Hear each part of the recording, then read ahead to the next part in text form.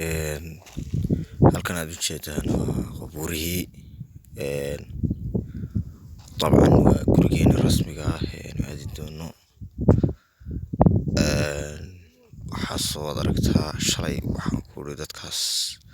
halkaa ku jira waxay ahaayeen dad nool oo noloshooda wata maantana waad aragtaan geeridu waa wax lagu xukuman yahay oo waxa laga yaabo maaha waxa qariib oo cusubna maaha waar guryaheena waa kuwaas aan iska hagaajino guryaheena aan iska hagaajino guryaheena rasmiga ah waa kuwa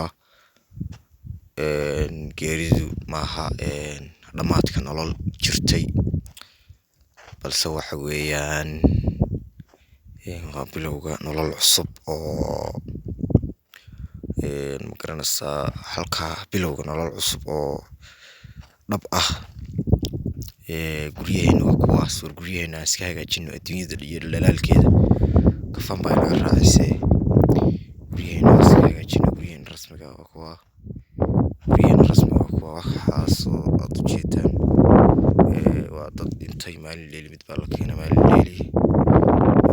mid baa la keenay maalin leeli mid baa dhalanaya oo adduunyada iska hankaasa marka waa caynka ilaahay ha idin barakeeyo khayr badan ilaahay idin siiyo ilaahay camaasheena wanaagsan si ay inoogu noqdaan inoo anfacaan markaynu qabriga aynu galno ilaahay camaasheena wanaagsan haynoo soo qadimo oo ilaahay camaasheena wanaagsan haynoo badiyo si ay inoo anfacaan markan oo aynu maray uga baahi badan haysan jirin hana la ogaado bini'aadamku qaflid buu ku jiraa hana la ogaado Allah wuxuu dhintaa u naxariisto muslimiina kullibana inta hadhayna way ku xigaan oo waxay ku xukuman yihiin kulligood dil ilaahay ha u naxariisto oo ha u raxmado naxariistiisa ilaahay gaarsiiyo insha Allah ilaahay khaatimada inagana khayr ha inoogu khatimo والسلام عليكم ورحمة الله وبركاته.